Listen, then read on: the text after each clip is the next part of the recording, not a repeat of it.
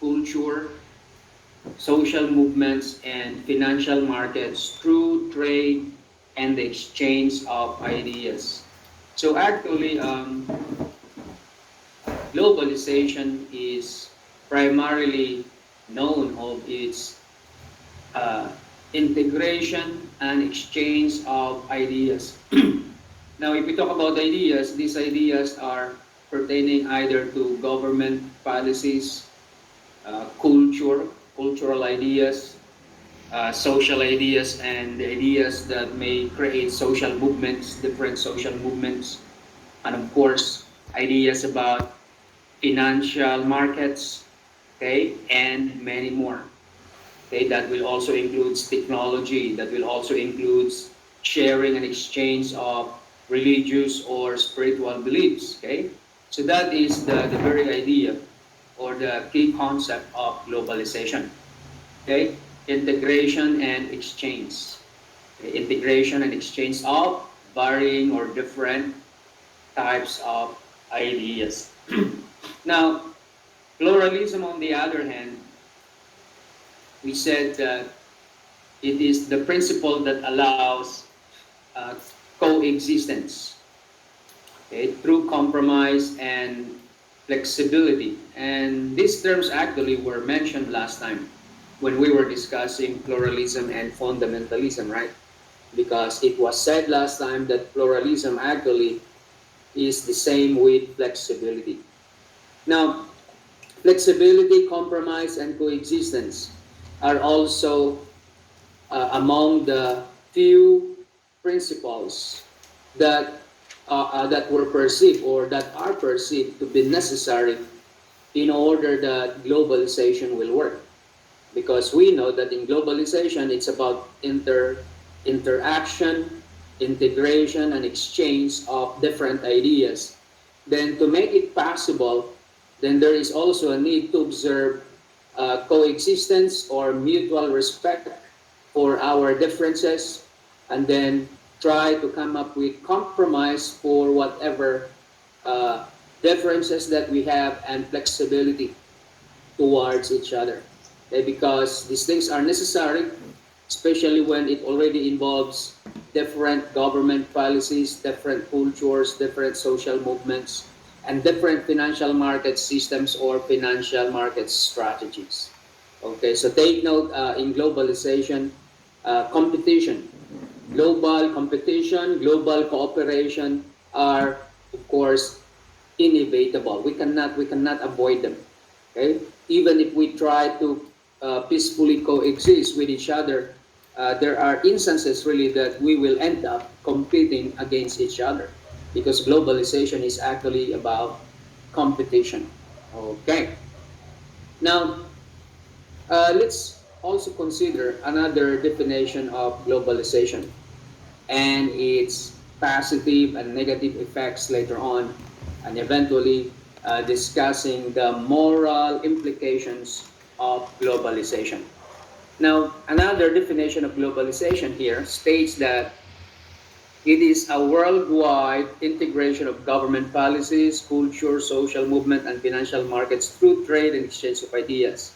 Okay, so that's the first definition a while ago, right? But this British sociologist Anthony Giddens, okay, came up with additional definition, and this is our concern in this slide. Okay, it defines globalization as intensification of worldwide relationships with linked distant localities, okay, which link distant localities in such a way that local happenings are shaped by events, okay, occurring many miles away and vice versa. So through globalization, according to Anthony Giddens, okay, there is now an immediate impact of every event, okay, every event or every social phenomenon that may happen either in the global level or in the local level. There will always be effect to each other. Okay, if there is an international event or global event, it will always have an impact or influence to our local interest, our local concerns. And if there will be local concern in our country, domestic concern or domestic issue only in our country, there is still a possibility that it may somehow create a global impact as well. Okay, so that's the idea of Edens. So that solidifies the idea, guys, that in globalization there is really that constant connectivity. Okay, constant connectivity of all countries, of all events happening around the world. So globalization now uh, reiterates the domino effect of a particular event. No matter how major or how minor it is, there will always be a domino effect. So that's the idea of globalization as defined by Anthony Giddens as one of the renowned British sociologists. Okay, so intensification of a worldwide relationship. Okay, and what is the idea again of intensification of a worldwide relationship? That every events, major or minor events, they will always have an impact to other countries, to other people, to other culture. So that's the idea. Now, what are the emphasis of globalization that we need to consider as far as values or morality are concerned? Now, let's have this first uh, implication or emphasis. Globalization emphasizes the increasing trans-border or transnational relations. And this is, of course, anchored on the definition of Anthony Giddens, right? Intensification of worldwide relationship. So the trans-border or transnational relations, which are occurring in the contemporary world, okay, so our present world. Globalization is the situation that we are in right now. Now, globalization in effect restructures our social space or geography from one that is mainly territorial to one that is increasingly transnational. Now, take note, if we talk about mainly territorial, it expects about isolationism or protectionism. Okay?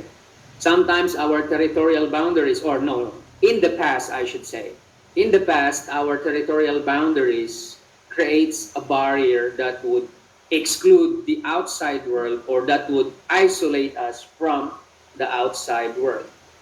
That was in the past. We are so we are so protective in terms of economic policy and even political policies. In the past, we are very much concerned on prioritizing our local interest, our domestic concerns, rather than international concerns. But because of globalization, the territorial idea becomes one. Now, globalization actually introduced the idea of take note trans-border, transnational relationship, premise on the idea that no man is an island, which implies that no country can really provide all the needs of its people. No matter how rich, no matter how wealthy that country is, still there are needs, there are things that their people need, and they cannot provide it. But these things that their people need, though they cannot provide, are actually available in another country. Now, in order to come up with approximately complete satisfaction of domestic needs or local needs, then the idea of importation and exportation will come into play. And that is only possible, okay, the importation and exportation relationship among countries in order that they will be exchanging their products, okay, their resources to satisfy the needs of their people may be possible only if we will open our borders. Okay, we would relax, or we will relax our our uh, territorial policies, our protectionist policies. So that's the idea. Now, so that's the emphasis, right? That we need to lower our defenses. We need to relax our protectionist policy and be more open, okay, to other countries. Of course, there will be advantages and disadvantages as well about these things. But take note, our focus is not too much on economic advantage or disadvantages, but we will try to direct the discussion more on morality or values. Okay. In other words, whereas individuals usually have most of their interaction and affiliations in the past with others who share the same territorial space, okay? For example, the classical notion of village, town or nation, okay? Right now, there is a massive mushrooming of interactions and affiliations across these territories, okay, today because of globalization. And what uh, what are the reasons that made it possible? What are the engines that makes globalization going? Now, one of the engines of globalization, guys, is the social media. Okay, so take note of that. Through social media, interaction, integration, and sharing of ideas becomes very easy. Everything is just one click away because of social media, because of the internet. Now, right now, we are not limited on the norms in our village anymore. We are not only accessing the norms in our town or in our nation, but also we now have access to the norms, okay, available or originating from other countries. That is why the classical idea of village is totally changed right now. Instead of classical idea of village, we now have the idea of global village or global community. So take note, one of the engines that makes globalization going is our social media, the internet. Now take note, evidently, globalization has brought about escalation of global relations. But take note, guys, this global relationship also brought along with it several concerns or several issues, okay, affecting our morality or our values. Now, take note, globalization exposes us to all kinds of trends, be it in the fashion, in the music, in the industry, in the technology, or even in education. Okay, we are exposed right now to all kinds of trends because of globalization through the facilitation, of course, of media or the social media or the internet.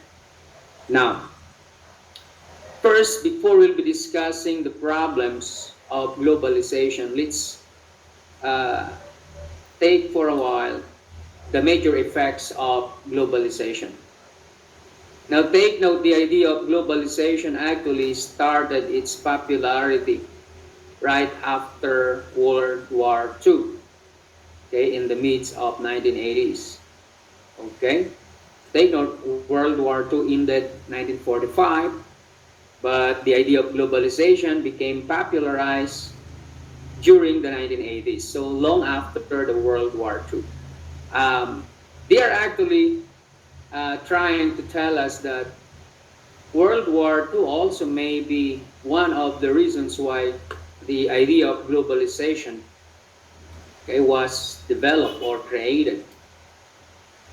Because many believes, especially those who experienced the war and who's been analyzing the reasons why war happened, okay, they realized that war happened because primarily because of economic needs or scarcity of natural resources, and of course, political differences among different countries. But if we will promote globalization,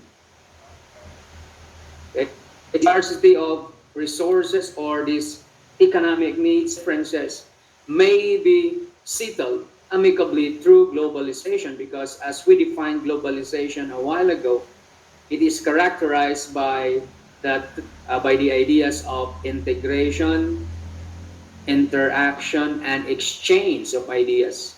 So if there will be constant exchange of ideas, interaction among countries, among different leaders of different countries, okay, and interrelationship, okay, of different people coming from different countries, then it is very possible that war may be avoided. And of course, they don't like to have another world war. And they believe that through globalization, that World War III may be prevented, okay, from happening. Okay, so that is the connection between the World War II, although it ended 1945 and then globalization became popular only in the mid 1980s. But they still have a connection. Globalization could have been, okay, could have been the preventive measure that they had adopted, okay, before World War II happens. But they are very confident that right now globalization is in place and World War III may no longer happen. Okay, I hope so. Now, the first um, effect of globalization is this, okay? The technological advances that have reduced the cost of transportation, communication, and computation to the degree that it has become economically viable for a firm to place different phases of production in various countries or different countries. Okay, so the cost of everything becomes more available or viable. That's the observation that they have about globalization. Okay, why?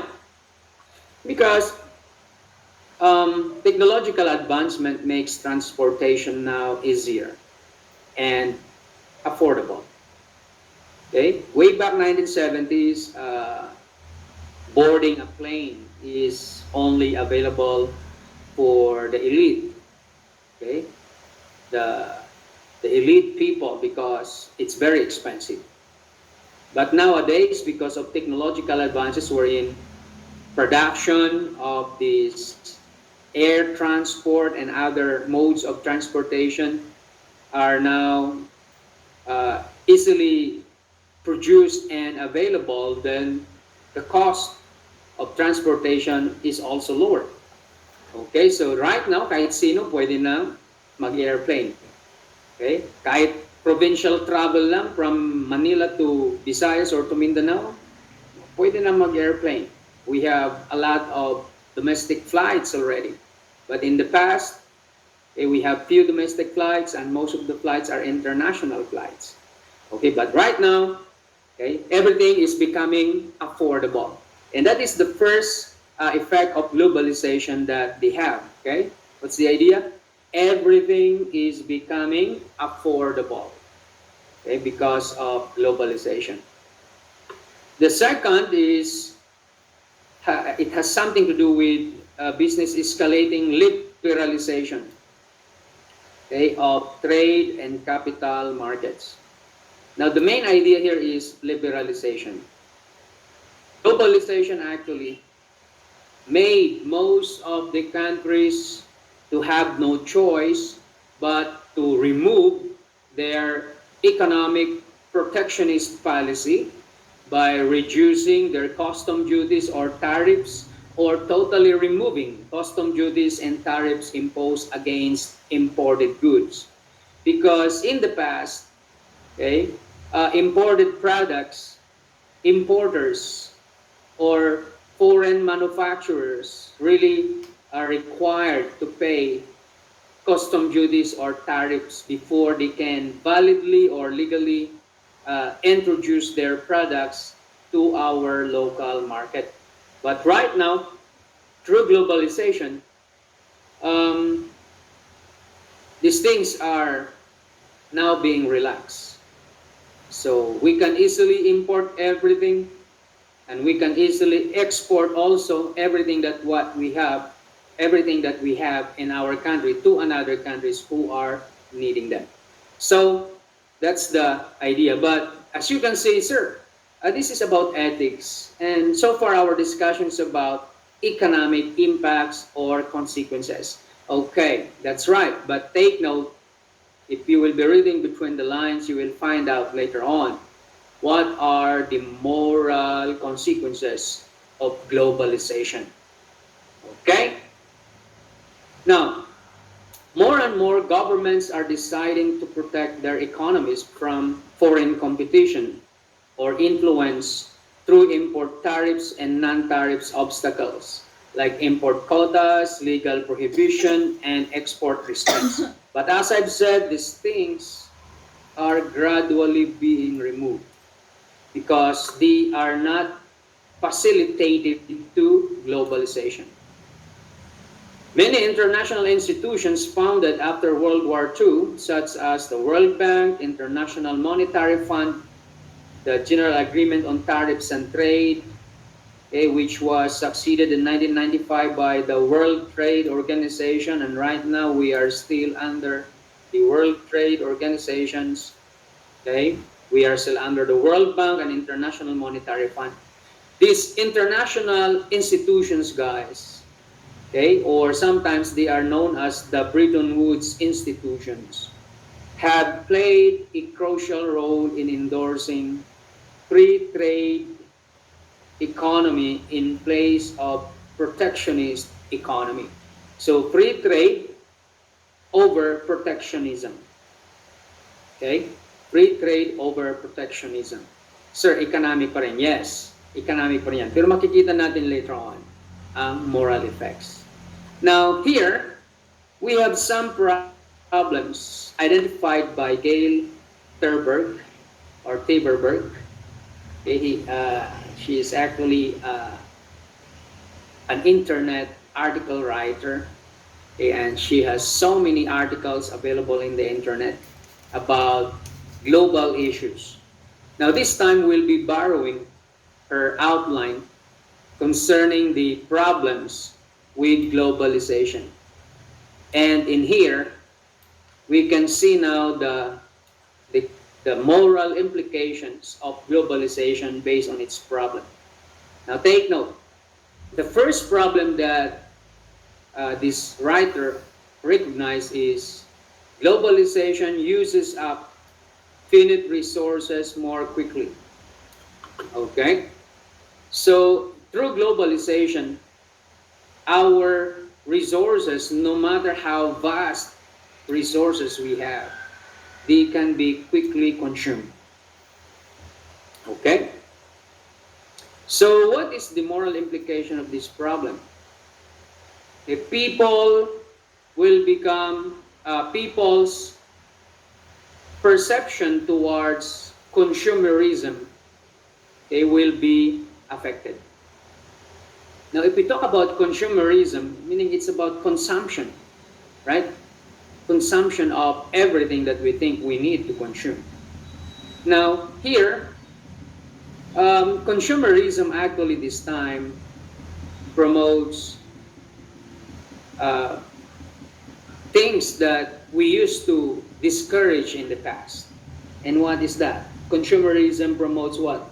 Gluttony, excessive consumption. Are you familiar with gluttony? Okay, keep on eating if you like to eat, so long as you have money to buy. Okay, it actually tolerates gluttony, excessive consumption. Okay, despite of the many problems that gluttony will give to us physically and psychologically. Okay, well, that is what they need in globalization, because the more consumption, then the more necessity for production. Okay, so manufacturers or producers, okay, will be producing more because consumerism actually is taking its momentum. Okay, and in order to satisfy that, they have to produce more because people are consuming more. And so, what will happen? Okay, gluttony, okay, undisciplined consumption, undisciplined eating, or undisciplined use of resources will happen. Okay, so that's one issue here. So I know you are familiar with gluttony.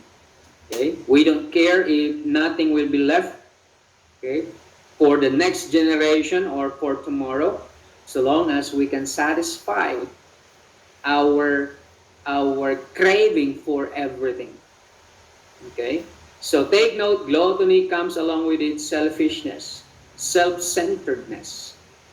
Okay, sometimes you don't care about other people's needs because all you care is your personal needs, and that is a very serious moral implication, okay, of globalization, because it uses up, or it encourages,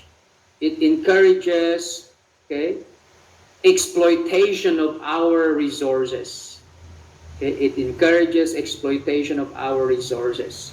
Sometimes people doesn't care about the environmental effect of their economic activities anymore, so long as they can satisfy their craving for profit or gain, and satisfy also the cravings of their consumers or their patrons of their products, okay? People who are patronizing their products. So take note of that. Gluttony, greed, greed or selfishness. People will become greedy sometimes. Now, next, globalization increases world carbon dioxide emission, the carbon imprint of everything. So this is somehow environmental concern. Now, environmental issue is very much involved in our values because, especially in the Philippines, right? What are the core values of Filipino people? Okay, in our vernacular, I think you encounter these things in your senior high. Filipinos are makatao, makajos, makatao, makabayan, okay, makakalikasan. So remember that, makakalikasan. Being an environmentalist is one among the core values of Filipinos. And of course, globalization has too little concern about environmental impacts. Because in letter A, take note, it encourages what? Consumerism or consumption, okay? Exploitation of our resources. And of course, every development that we are doing right now, they always have carbon dioxide emission, or they call it carbon imprint. Everything, they have carbon imprint. And too much of carbon dioxide actually will destroy our health. Okay? Now, why? Of course, living beings like us needs more oxygen, a little of carbon dioxide. Okay? But globalization actually, obviously, and it cannot be denied, that it leads to a lot of environmental issues around the world. Deforestation, okay, because of logging industry, okay, poisoning of our rivers and our soil because of mining industry, right, and other things. Okay, the production and use of plastic materials also creating, okay, a serious impact to our environment and also to our health. Okay, but all these things can be attributed to globalization. Okay, so what will happen? Our values known as makakalikasan is at stake because of globalization. Especially when people will focus only on their gain or profit and just ignore the serious effect, okay, to the environment of whatever economic activities they are doing, either in their own country or in another country that allowed them to operate there. Next, globalization makes it virtually impossible for regulators in one country to foresee the worldwide implication of their actions. So regulation meaning control. A globalization makes it very difficult for our government to control the activities very much involved in globalization. Okay? Why? Because they are not only, our government is not only dealing with individuals, they are dealing with giant multinational corporations, influential multinational corporations. So take note of that. Now, what is the moral implication here on this idea? If our government can hardly control or regulate the activities of these foreign national corporations operating in our country, then there will be a semblance of discrimination or disrespect, okay, towards our government from these international giant corporations. Okay, so mutual respect is very much affected here. Okay, sometimes these international giant corporations will simply bribe our administrators, our government officers, okay, to simply tolerate them, okay, in their activities, even if it is obvious that they are causing environmental problems or environmental issues against our people or against our own government. So that's another problem here. Mutual respect somehow is at stake. Simply because we are poor, our country is poor, or our government is corrupt and they are very bribable, then these international, multinational corporations or giant corporations in the world can easily do what they want by simply bribing our government or other governments in other countries. So take note of that. So the issue on bribery and the issue on disrespect. Okay? As if they will always look down to our government because they know our government is very bribable. They can easily do what they want. And the government cannot do anything because, okay, maybe it's sad. It's part of the sad truth that we have in the Philippines. Most of our officials are bribable. They are easily bribable. They are so corrupt that they cannot refuse the bribe, okay, from these international organizations. Okay, despite of the protests of some Filipino people who are makakalikasan or we call them the environmentalist group, then still, okay, the government allows the operation of these international corporations. I don't know if you still remember Gina Lopez. You still remember her? Yes, sir. Who is Gina Lopez? Sige nga, kung maalala niyo pa siya. Hindi to si Jennifer Lopez. Hindi to si Jello. Gina Lopez. Who is Yung she? nag-aanda ng DNR, sir? Yung namatay? Yeah, you're correct. Siya yung naging secretary ng Department of Environment and Natural Resources. At hindi lang yun, isa siya sa mga anak ng mga Lopezes na nagmamay-ari ng ABS-CBN. Okay? Isa siya sa mga anak ng mga Lopezes na nagmamay-ari ng ABS-CBN. Yeah, siya yung dating Environmental Secretary or DNR Secretary. Okay? Patay na siya kasi may sakit, right? Cancer yata. Pero during her term, ang dami niyang pinasara na mga mining corporations operating in the Philippines.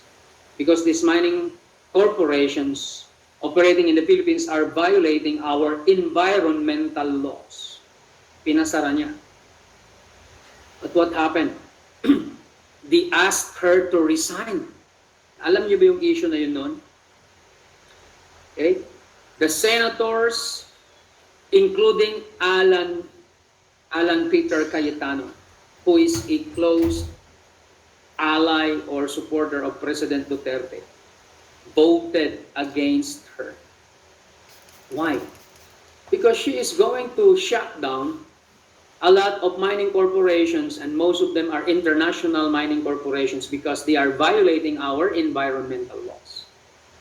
And the senators, especially those members of the environmental committee on environment and natural resources, and one of them is Cayetano, Alan Peter Cayetano, are worried that if these international mining corporations will be shut down, then it will entail what?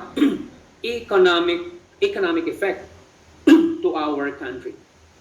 So nung ginawa, they conducted uh, a meeting in the particular commission in the Senate, and they recommended the resignation of Gina Lopez. Okay, so which is sad. Gina, although she belonged to an elite family, kasi anak siya ng nagmamayari ng ABS-CBN that was eventually shut down also by this Duterte administration. Okay?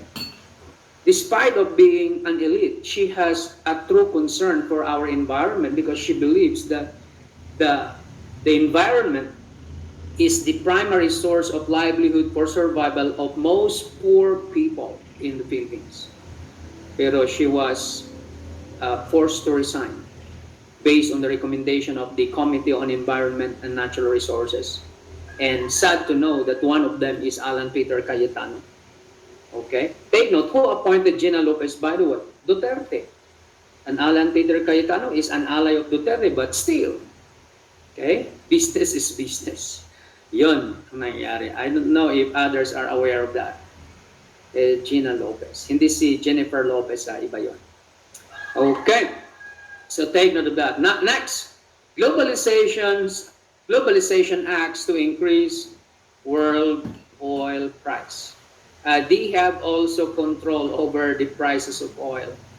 Right now, we are experiencing a high cost of oil, right? Mahal ang crudo ngayon, mahal ang gasolina, mahal ang diesel. Okay, so take note, in the Philippines, basta tumaas yung price ng oil, anong mangyayari? Tataas din lahat ng prices ng basic commodities because these basic commodities are also being transported. So, part of the cost of transportation, pag nagmahal ang gasolina, magmamahal din ang mga presyo ng bilihin. Okay. Now, what is the moral implication here? Now, again, it's about profiteering. Although the price of oil is not permanent, right? Because later on, it will roll back, it will be decreased. But every time that happens, the effects of oil price increase is not decreasing. Okay? For example, tumaas yung oil. So magtataas sila ng pamasahe. Di ba? Kasi tumaas nga yung oil. But then, pag nag-roll back yung oil, nag-roll back ba yung ating fare or pamasahe? Hindi. Mag-roll back din ba yung prices of commodities na tinaas nila because of the previous oil price increase? The answer is no. Okay, so profiteering. Okay, profiteering. Okay, profit-oriented economy is morally questionable. Take note, the primary purpose of economy is to satisfy the basic needs of our people. Okay, because you will find a definition of economics as another field of specialization, right? Economics. Economics is all about, they said, economics is all about maximizing limited resources in order to satisfy unlimited wants of the people. So that is more on satisfying the needs. Okay, again, economics for some writers is the science of maximizing limited resources in order to satisfy unlimited needs or wants of the people or the consumers. So that's the primary objective of economics. How to maximize our limited resources so that we could satisfy the unlimited needs of our people. But Because of globalization, that primary purpose of economics or economy has been replaced by profit-oriented economy. Okay? And whether you like it or not, that is really the mindset of every businessman. Right now, nobody will start a business with the primary objective in mind, that is to satisfy the needs of the people, to make the consumers or the people happy. No. Because right now, under globalization, the primary objective of every businessman who would like, who want to start a business is how to gain profit. And whether you like it or not, that is the truth. They are now more on profit orientation or profit oriented businessmen. They are no longer centered or focused on how to satisfy, okay, the expectation of their consumers or their clients. But they are now more on profiteering or how to gain more profits. So take note of that. So again, it goes back to greed or corporate greed. Okay? Corporate greed, because corporations are focused on profiteering, not really on satisfying the needs of our consumers or people. Next, globalization transfers consumption of limited oil supply from developed countries to developing countries. Okay, so this one, um, they know that oil consumption will really what? Go back to letter B, right? Worsen the negative impact of carbon dioxide emission. Okay, but they have a lot of oil and they have to earn money from this. So what these highly developed countries have in mind is to transfer oil consumption. So take note right now, in highly industrialized countries, they are now promoting the use of electronic vehicles or electric vehicles or EVs, right? Okay, because in this way, they are no longer worsening the situation of their carbon dioxide emission in their country because they are using electric vehicles. But they still have oil to sell. So what they did, these electric vehicles were produced, but they are being sold at a very high price so that only the elite, the people, can afford. And so what will happen?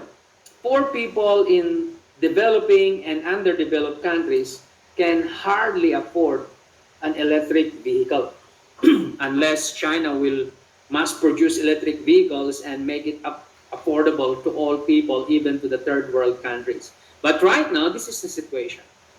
Tesla cars are still very expensive. So what will happen?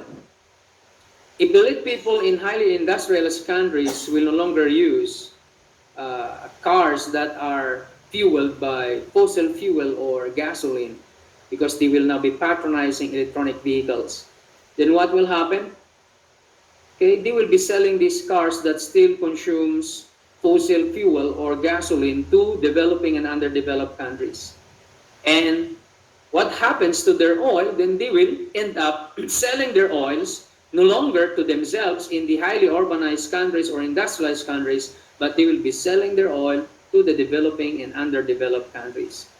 And so in that way, they are able to transfer the problem of carbon dioxide emission to the developing and underdeveloped countries, and they are trying to save their environment, their country from carbon dioxide emission by using electronic vehicle. And that is the reason why EVs are so expensive. Why? They still have a lot of oil to sell. Eh siguro, magiging mura na lang ang electronic vehicle kung wala ng mga crudo, wala ng gasolina na pwede nilang ibenta. Okay? So yun yung mangyayari. Pero hanggat may oil pa rin sila, dapat mayroon pa rin magkukonsume ng oil. And so what happens? Lahat ng mga vehicles na gumagamit ng oil o gumagamit ng gasoline, nandito sila ngayon sa developing countries and underdeveloped countries. Okay, so what is that again? Discrimination. Lack of mutual respect. They are thinking that Only people in the highly industrialized countries have the right to be protected from carbon dioxide emission. But people in the developing countries and underdeveloped countries didn't have the right to be protected from the dangers of carbon dioxide emission. Because right now, the oils are being sold to developing countries and underdeveloped countries. Why? Because the vehicles that consumes oil or gasoline are now being sold, okay, in a very affordable price in developing countries and underdeveloped countries. So that again, okay, profit orientation, so they don't care about the environmental effects of their business, so long as it will not affect their own people and it will only affect other people from the second world or third world countries. So talo na naman yung mga mahirap na countries dito. Okay, next. Globalization transfers jobs from developed countries to less developed countries. Globalization levels the playing field in a way that makes it hard for developed countries to compete. I personally disagree with this one. Okay, why is it difficult for a developed countries to compete when they all have the advantage? Okay, they have all the advantage. Now let me show you the moral implication of the first statement of letter F. Globalization transfers jobs from developed countries to less developed countries. What is the moral implication here? Take note, guys. The, the cost of labor in developing and underdeveloped countries is far cheaper compared to the cost of labor in highly industrialized or developed countries. So that's the primary reason why these international corporations prefer to operate in developing and underdeveloped countries because they are saving a lot of money, okay, for the production cost. Why? Because in underdeveloped or developing countries, labor is cheap. We have cheap labor, okay, cheap labor in our country. So again, they would exploit and take advantage of our cheap labor, but still they are gaining a lot of profit. Now, for example, if they will operate in the US, then they will be paying their workers in terms of dollar. So for example, yung factory worker sa US, binabayaran siya ng $2 per hour. $2 per hour factory worker. Pero I don't think $2 per hour lang ang sweldo nila doon. Siguro $5 per hour. Pero pag dito sa Pilipinas, magkano lang binabayad na sa factory worker? Minimum wage, daily wage. Okay, daily based, not hourly based, right? Anong minimum wage sa Pilipinas? Sa NCR, 500. Dito sa Baguio, I think, is 380 or 400. So 500, ilang dollars na ang 500? Most likely $2 or $3, right? Hindi nga yun per hour. Okay? If they will operate in the Philippines, they will be spending only $3 per day per worker. But if they will be operating in the US, they will be paying a worker $5 per hour. So just consider the big difference. And again, it's about exploitation. Exploitation, taking advantage of our cheap labor in the Philippines. And what is the moral implication of that? Again, it's about greed. It's about selfishness. Okay? It's about profiteering. Okay? They are sometimes making it appear that they are helping us improve our lives by creating job opportunities which are available in our country, being brought by these international corporations. But actually, the truth of the matter is that they just want to exploit our cheap labor. They want to enjoy low cost of production, okay, at the expense of our own people. Okay? And there are more. Okay, class. There are more. How many more? 1, 2, 3, 4, 5, 6. Or 6 more. Globalization transfers investment spending from developed countries to less developed countries. Okay? So, investment in the third world is cheaper compared to the investments that they need to make in the first world or developed or highly industrialized countries. So, still, it's about profiteering. Next, with dollars as the world's reserve currency, globalization leads to huge U.S. balance trade deficit and other imbalances. Okay, so this is what they claim, as supported by the World Bank and International Monetary Fund.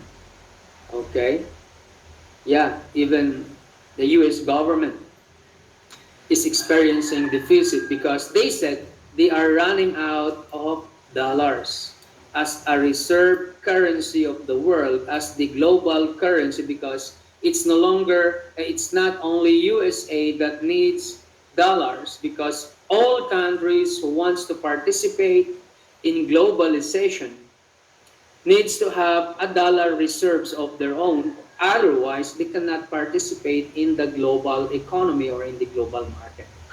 So, ang claim ng US, nagkakaroon na sila ng deficit or imbalance in terms of reserve currency. But actually, it's not true.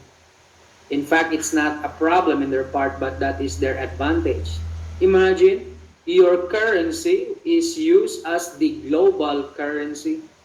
In other words, it makes USA able to buy anything around the world because the global currency is the very currency of United States of America. And that is their advantage. Mhm. Okay? And right now, that is also one among the basis of our gross national production, dollar reserve, okay, as the alternative of gold reserve. Okay. Next, globalization tends to move taxation away from corporations. So this is another greed, another advantage, taking advantage, okay, against poor countries or poor people. Okay? Tends to move taxation away from corporations and onto individual citizens. These greedy corporations, guys, are transferring the burden of paying sales tax to the end users or end consumers. So, in other words, these wealthy giant corporations are no longer paying.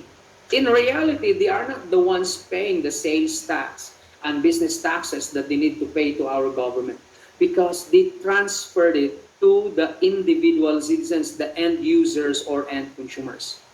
In the Philippines, it is known as the value added tax. Okay? Or extended value added tax.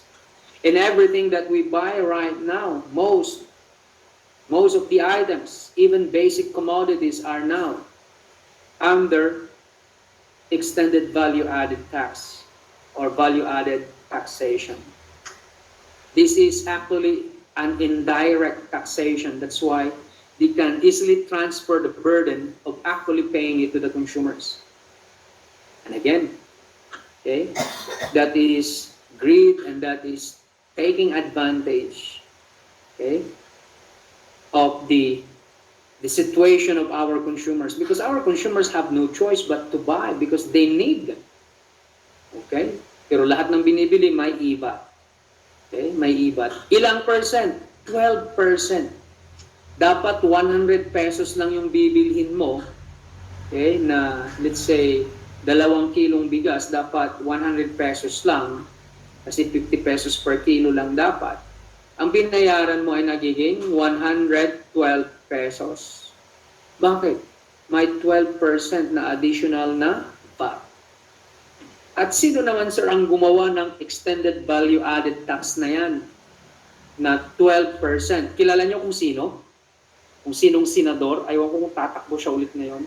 Sinong senador ang nag-propose na gawing 12% ang value added tax At yan ay karagdagang pabigat sa atin na mga consumers.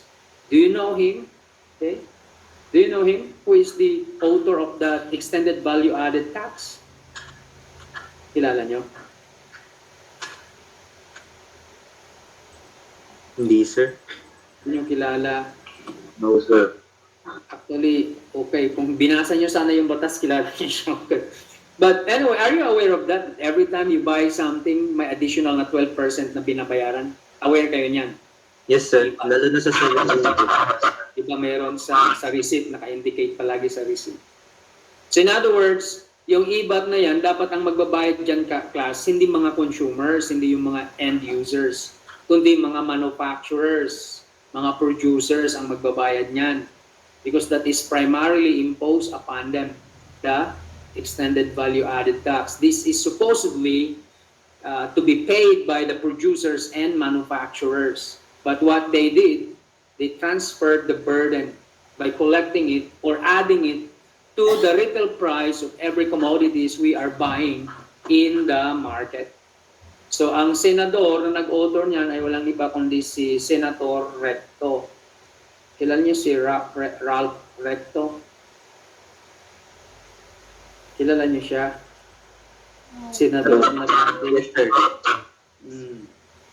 Siya yung husband ni Vilma Santos, right? Na artista na naging politician din ngayon. Okay, so tingnan mo. Tingnan niyo yung pinaggagawa ng mga elitista na to. Okay? Sinong nahihirapan? The poor people. Pwede sana kung may exemption for poor people, right?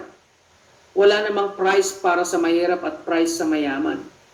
Lahat ng presyohan sa mga commodities in our market are the same for rich buyers and poor buyers, di ba?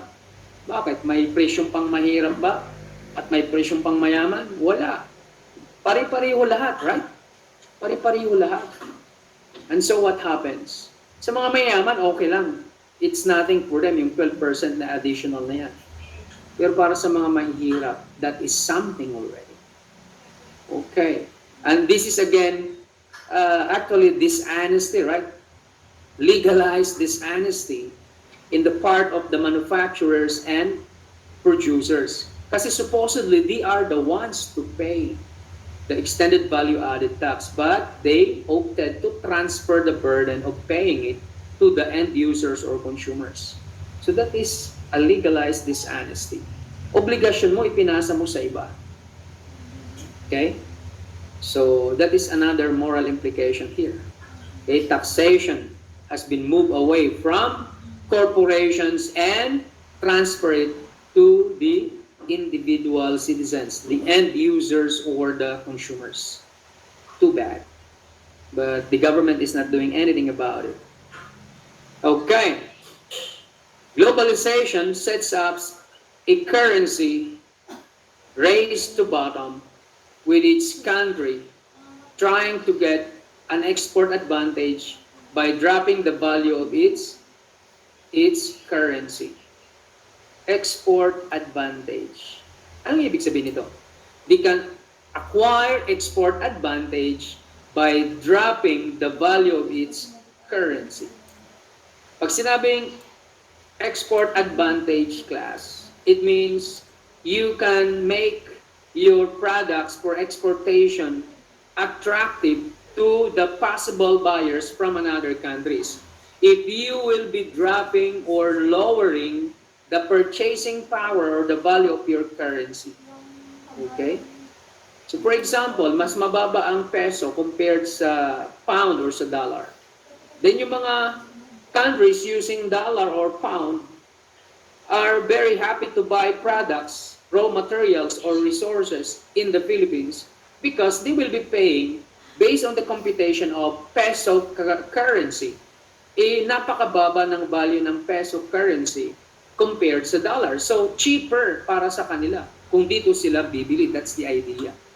Okay, that's the idea. And again, that is taking advantage.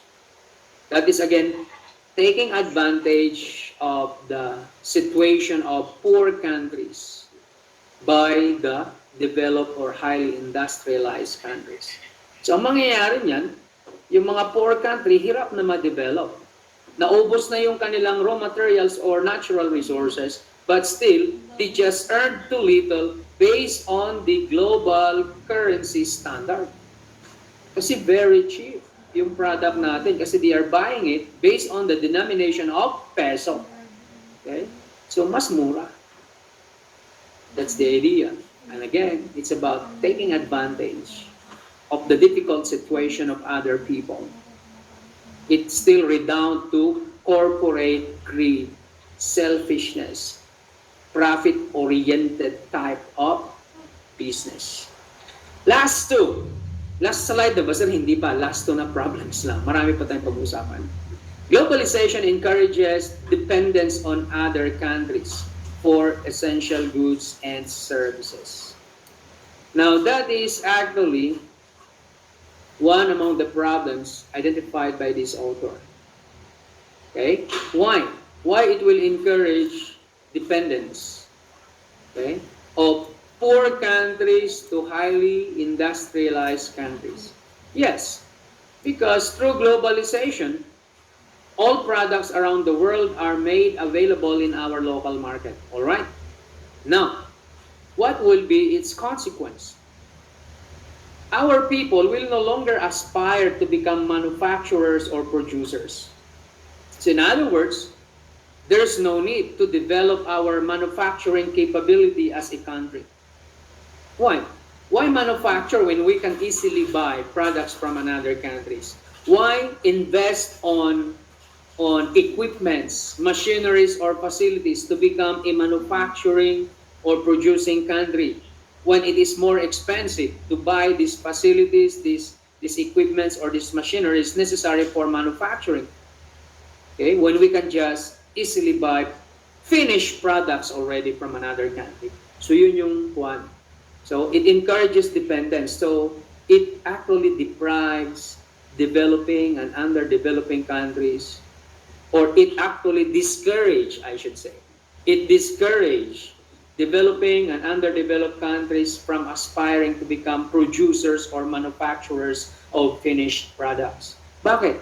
Available na halos lahat from highly industrialized countries. Ba't pa ako magmamanufacture? Bibili na lang ako. Ba't pa ako gagawa? Mas mahirap ang gumawa. Mas madili yung bumili. Anyway, available namang bilhin. Ba't ko pa gagawin? Bilhin ko na lang. Easier. So that's the implication here. And again, as I've said, what is the moral implication here? It discourages the development of potentials from other countries, from developing or underdeveloped countries. So yun na naman, another problem. So ang mangyari niyan, tayo ng mga Pilipino, hanggang bili na lang tayo. We cannot create our own. We cannot invent our own. We will just be buying forever.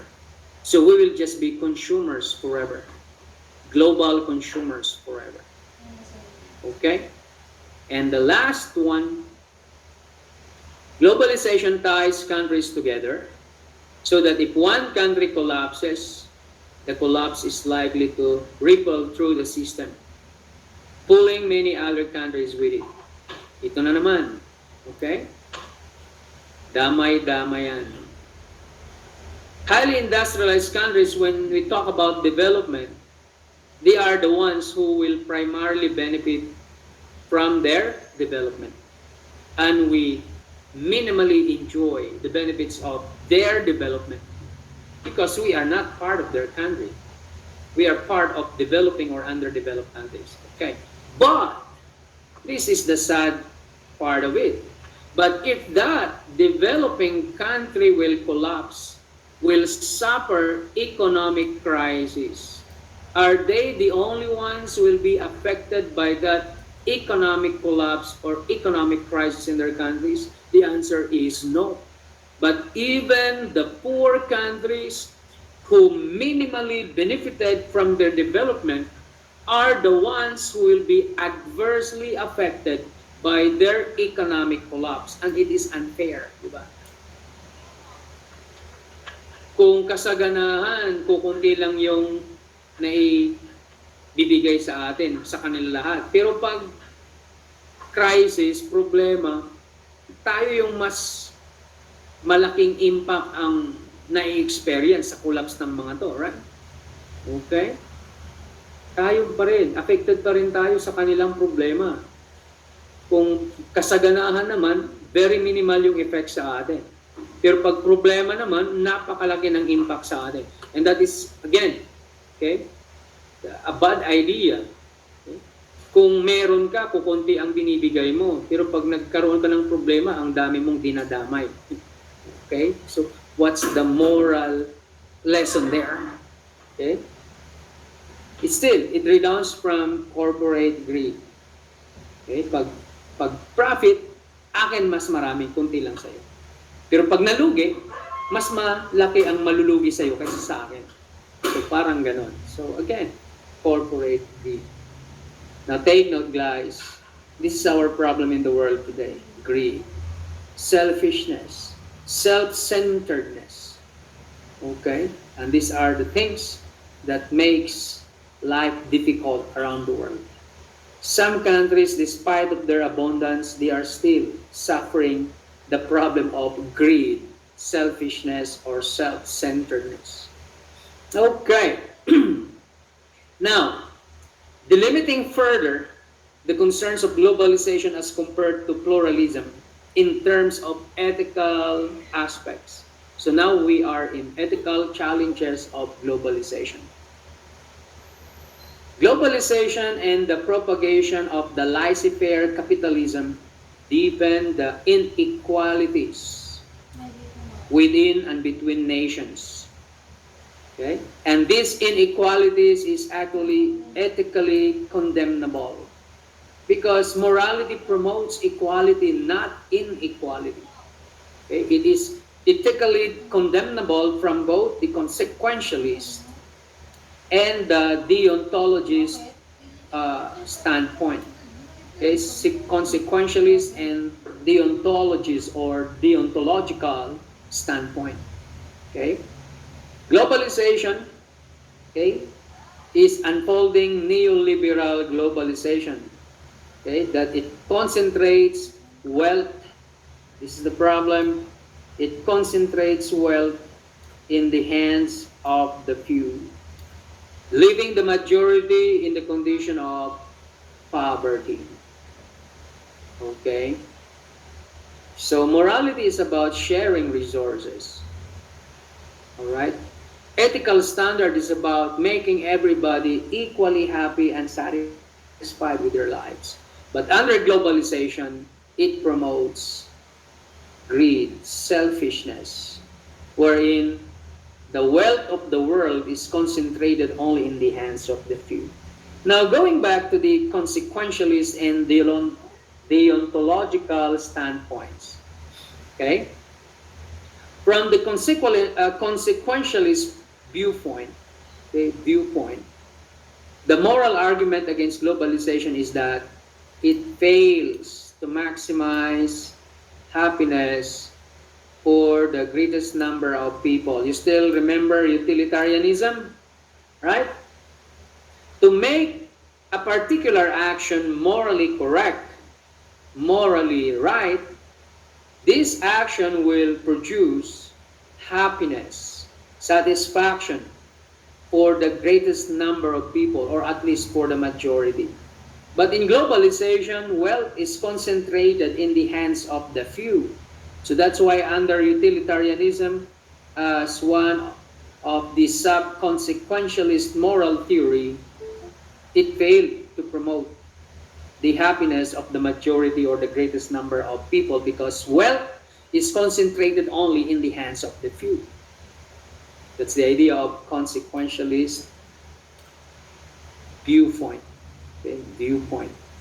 Now what about the viewpoint of deontological standard of morality or deontological perspective? Okay, particularly Kantian ethics.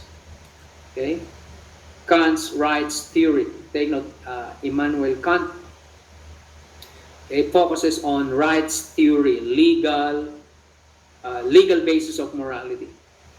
Okay, for deontological perspective, globalization is condemnable on the account that Exploited populations are treated as means to an end, not as end in themselves.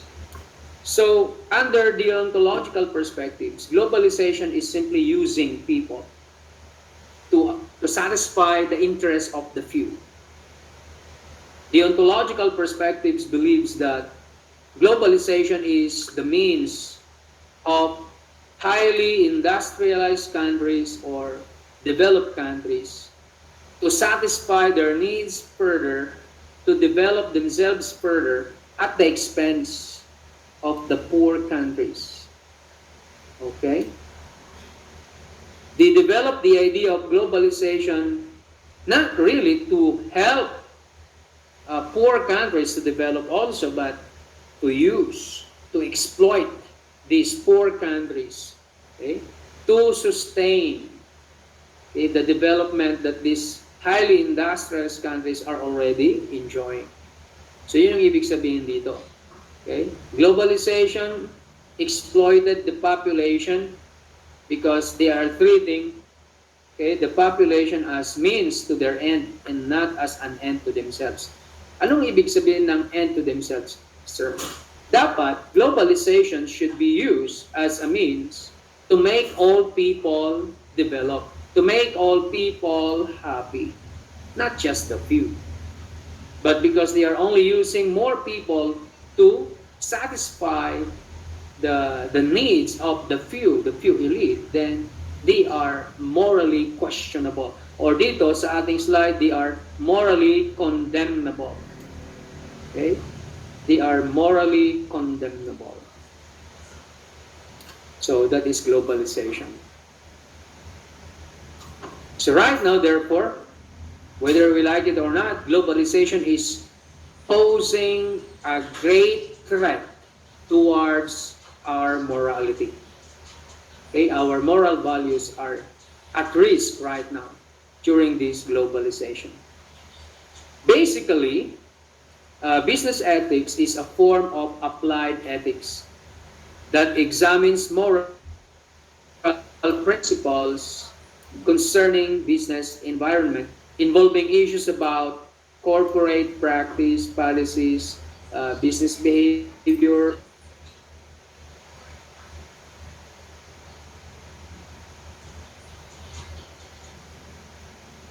and but of course we are aware, as discussed a while ago, that every time a corporation will do planning, the primary objective of their plan is profit oriented, okay, or dollar oriented,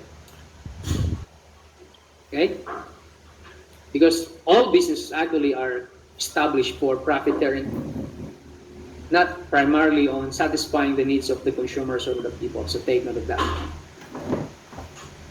Globalization has made the world a global village. Yes, that's true. Although businesses grew and globalized environment has provided more markets and numerous opportunities, so this is their claim, a global advocate claim, more markets and numerous opportunities, but with it also came various ethical issues such as this dishonest, right? Duplication of products or counterfeiting, faking of products, okay, smuggling, okay. It also resulted to child labor, okay. It also resulted to money laundering by corrupt politicians. It resulted to a lot of environmental issues or problems that we discussed. Some of them were discussed a while ago. And other business malpractices. Like, transferring the burden of paying the value-added tax. That is a business malpractice. What else? Tax evasion. Hiding the true income of their company so that they could save more money, okay, by simply under-declaring their income so that they will be paying lower tax or lower amount or smaller amount of business tax. So it's angst and so on. Additionally, business crimes have existed. Okay? Cyber crimes, okay, involving sexual harassment in workplaces, intellectual property and patent thefts, okay, infringement, trademark infringement, and so on. So yung namimiki ng mga products, di ba sa online, ang daming mga fake na binibinta ngayon, akala mo authentic. Now, these things will redound to the dishonesty or lack of honesty in the part of some businessmen. Okay? So take note of that. It, it carries with it a lot of problems. Now, to address these ethical problems, according to the advocates of universal values, social scientists and philosophers suggest that the time has come for the world to develop a global ethics. So this time, it's obviously, guys, that we are going against pluralism. In pluralism, it is not trying to find out what is globally acceptable standard of morality, because it promotes instead coexistence of conflicting or opposing moral standards, or it promotes flexibility or consideration or tolerance towards the moral standard of other people different from ours. But because of the problems that globalization has brought, okay, scientists, social scientists, and philosophers believe that there is now a need to develop a universal values or a global ethics. Okay, that is a set of universally accepted principles that could provide the foundation for regulating global interactions and to do away with moral pluralism, because they observe the disadvantage of moral pluralism. Take note, in moral pluralism, nobody is wrong, everybody is correct, even if they have conflicting opinion, conflicting actions, or perceptions about something. Okay? But that's what they observe. Moral pluralism, okay, should be done away with, because it will only breed problematic complexities in our global community. Take note, we were interacting and integrating with each other, sharing ideas with each other, but what if our ideas are in conflict with each other? What will happen? And so they said there is a need to develop now a universal values or global ethics. Then what could be the foundation if we are going to come up with a global ethics or universal values? What could be the foundation of that universal values in order to avoid complexities in our global community, so that everyone participating in the global community, in the global market or global competition, will be following one rule of values or morality only. Okay? So what happened? They really believe that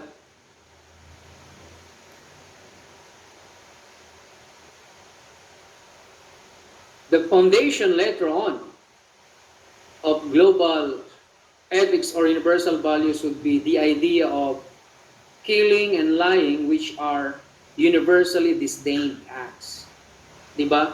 Regardless of religion, regardless of culture, these two are all considered immoral. Killing and lying. So it promotes honesty, therefore. Honesty could be one of the foundations of universal values. Honesty. And if we are always honest in our dealings, then it will avoid problems, right? Now, if we will also what? Avoid killing, avoid destroying life, then if everyone will value the life of everyone, and everyone will be honest to everyone, then we can prevent problems in the world. We can prevent wars. Okay, we can prevent corruption. So that's what these philosophies or social scientists believe.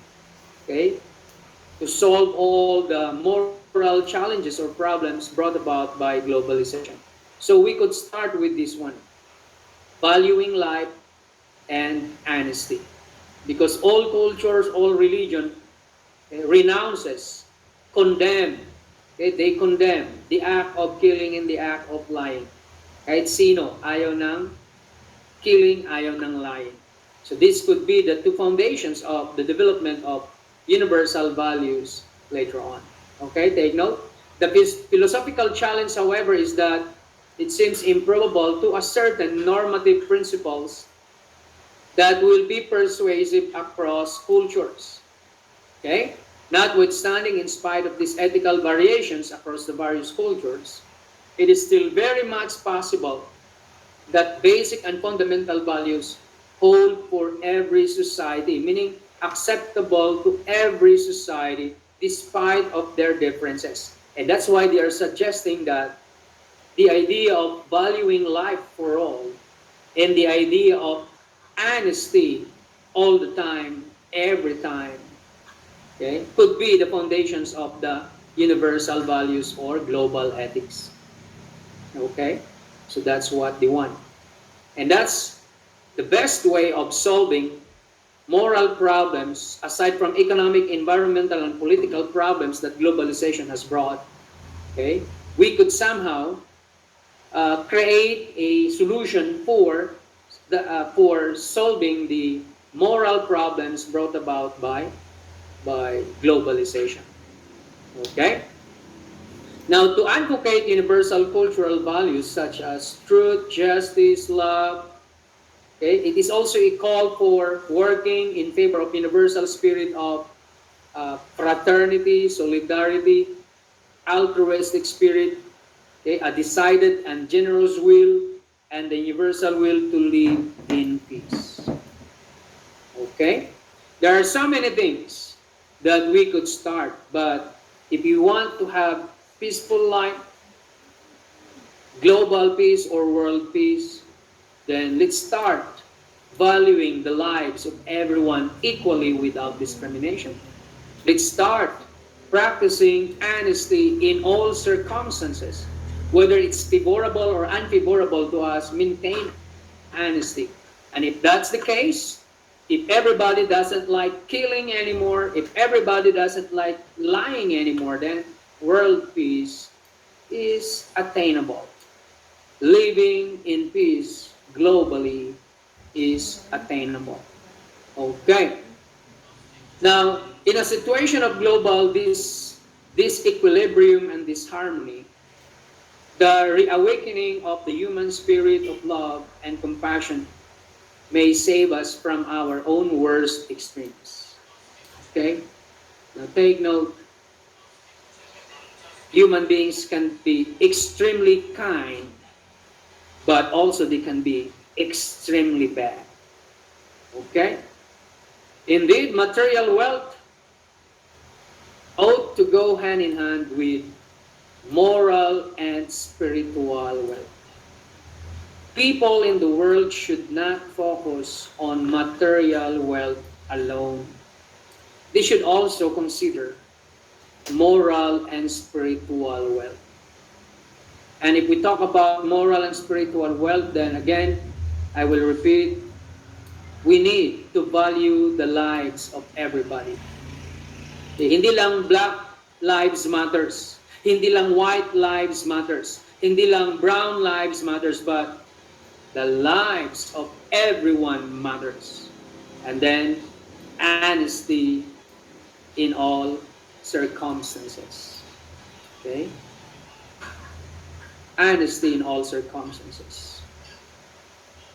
Okay, guys, so that's the last slide that I like to discuss. Do you have some questions?